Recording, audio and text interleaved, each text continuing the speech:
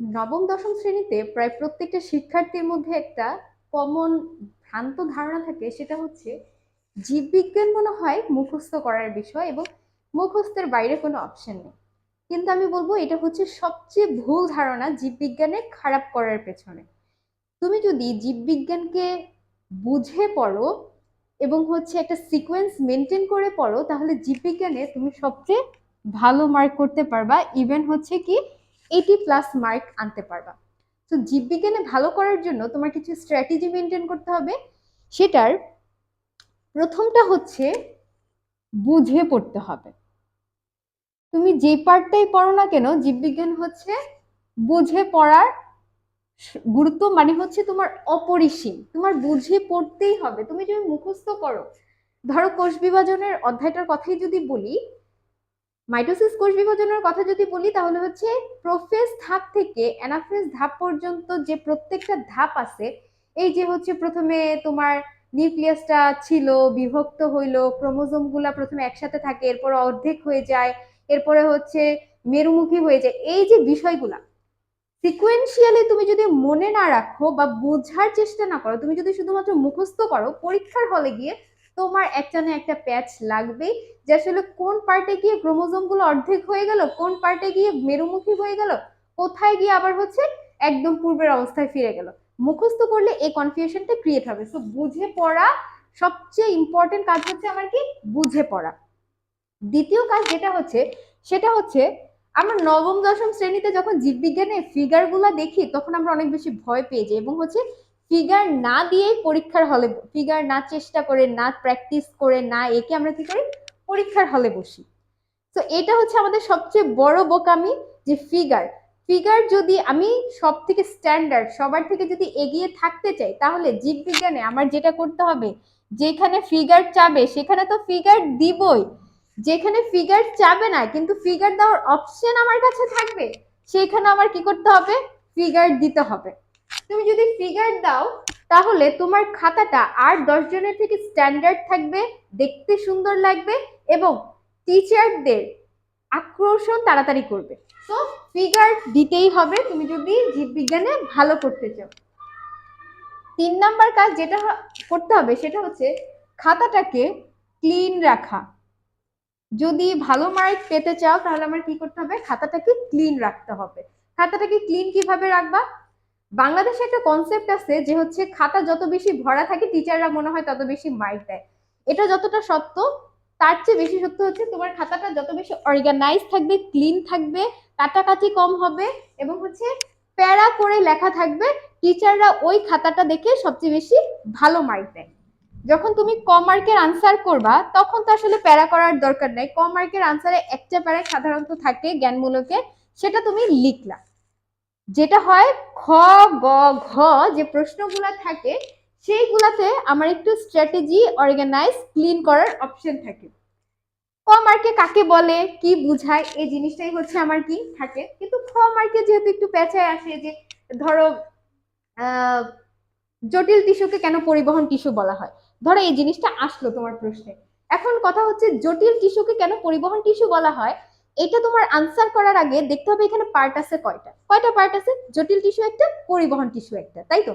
এখন আমার টিচারকে বুঝাইতে হবে যে আমি জিনিসটা জানি এবং পারি, তাহলে প্রথম আমার কি করতে হবে, জটিল টিস্যুকে কেন পরিবহন টিস্যু যেহেতু বলা হয়েছে, তার মানে আগে আমার টিচারকে বুঝাইতে হবে পরিবহন টিস্যুটা কাকে বলে সেটা আমি জানি। তো প্রথম প্যারায় আমার যেটা করতে হবে, সেটা আমার কি করতে হবে, পরিবহন টিস্যু কাকে বলে সেই জিনিসটা আমি যে জানি সেটা আগে লিখে ফেলতে হবে, একটা প্যারা সেটা শেষ করবা।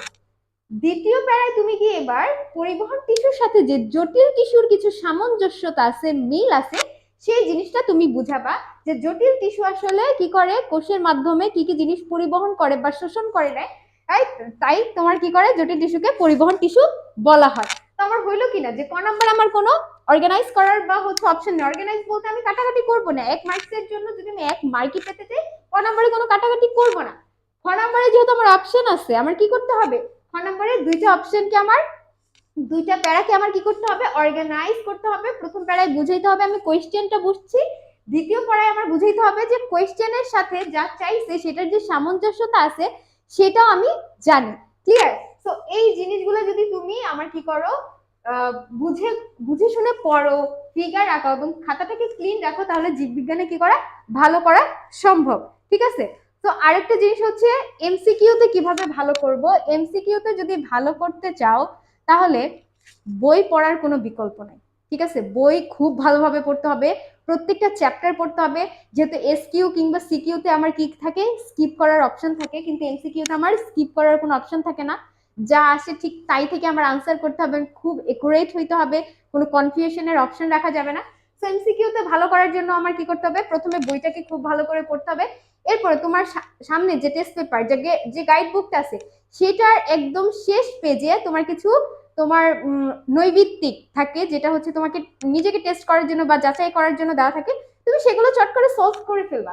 এবার দেখবা যে কয়টা হয়েছে। যদি মনে করো যে যদি হয়ে গেল, ধরো 20টা আছে, 18টা 19টা হয়ে গেল, তাহলে that's absolutely fine, you are outstanding. কিন্তু যদি না হয়, যদি মনে হয় যে কোনো ল্যাকিংস আছে, আমার ভুল যাচ্ছে, তখন কি করতে হবে, আমার চট করে যেই জায়গাটা ভুল গেছে ওই টপিকটা বের করে আমার আবার পড়তে হবে বইয়ে। ঠিক আছে, আবার পড়তে হবে, নোট ডাউন করে রাখতে হবে। এরপরে আমার কি করতে হবে, আবার কি করতে হবে, সেই প্র্যাকটিস এমসিকিউ আমার গাইডে অনেক অনেক বোর্ড কোয়েশ্চেন দেওয়া আছে, অনেক অনেক শেষে আমার কি করা আছে, প্র্যাকটিস নৈবিত্তিক দেওয়া আছে, সেগুলো আমার সলভ করার ট্রাই করতে হবে, তাহলে তুমি এমসিকিউতে ভালো করতে পারবা। আরো একটা স্ট্র্যাটেজি তো যেটা তুমি মেনটেন করবা, not the last not the least, সেটা হচ্ছে আরো একটা স্ট্র্যাটেজি যেটা হচ্ছে তুমি ভালো করার জন্য অনুশীলন করবা, সেটা হচ্ছে পড়ার সময় নোট ডাউন করবা। বই, গাইড বলো, প্র্যাকটিস পেপার বলো, টেস্ট পেপার বলো, সবকিছু তোমার ফ্রেন্ড, ঠিক আছে, ভালো কথা। কিন্তু ভালো করার স্ট্র্যাটেজি হচ্ছে নিজেকে একটা বই বানিয়ে ফেলা, নিজেকে একটা টিচার বানিয়ে ফেলা। ফিনম্যান টেকনিকের কথা আমি তোমাদেরকে মনে হয় আগেও বলছি। ফিনম্যান টেকনিকে যেটা হয় যে আমি পড়াটা বুঝছি কিনা সেটা যাচাই করার জন্য আমার নিজেকে আমি ইমাজিনারি স্টুডেন্ট বানিয়ে ফেলবো এবং নিজে হব টিচার। সেটা হচ্ছে নিজেকে বোঝানোর ট্রাই করবো। সেই স্ট্র্যাটেজিটা যদি আমরা মেনটেন করতে চাই, খাতায় নোট ডাউন করে ফেলা, লিখে ফেলা এবং পরবর্তীতে সেটা চট করে জাস্ট একবার দেখে ফেলা পরবর্তীতে রিভিশনের সময়, তাহলে তোমার পরীক্ষা মেমোরাইজেশনও বাড়বে, তোমার হচ্ছে লেখাও গতিরও বাড়লো, লেখা সুন্দর হলে একই সাথে তোমার কি হইলো, তুমি ওই অধ্যায়টাকে যে পারো বুঝো, এটা তোমার একটা নিজের হ্যান্ড নোট থেকে গেল। ঠিক আছে, তুমি নিজে একটা বই হয়ে গেলা। তো এই স্ট্র্যাটেজিটা যদি তুমি মেনটেন করো, তাহলে তুমি জীববিজ্ঞানে ইভেন 80% বেশি হচ্ছে তুমি মার্কস এনশিওর করতে পারবা। ঠিক আছে। তো এভাবে তোমরা পড়াশোনা করো, সামনে টেস্ট পরীক্ষা, টেস্ট পরীক্ষায় ভালো করো, টেস্ট পরীক্ষার পরে তোমরা একটা নিজেদের টেস্ট পেপার বের হবে, সেগুলোর মাধ্যমে তোমরা নিজেদেরকে যাচাই করার আরো একটা ভালো সুযোগ পাবা। তো ঠিক আছে, এ পর্যন্তই। জীববিজ্ঞানের আরো কোনো যদি কোয়েরিজ থাকে আমাদেরকে কমেন্ট সেকশনের মাধ্যমে জানাইতে পারো। তোমাদের এই থ্রু আউট দ্য জার্নির সাথে আমি আছি।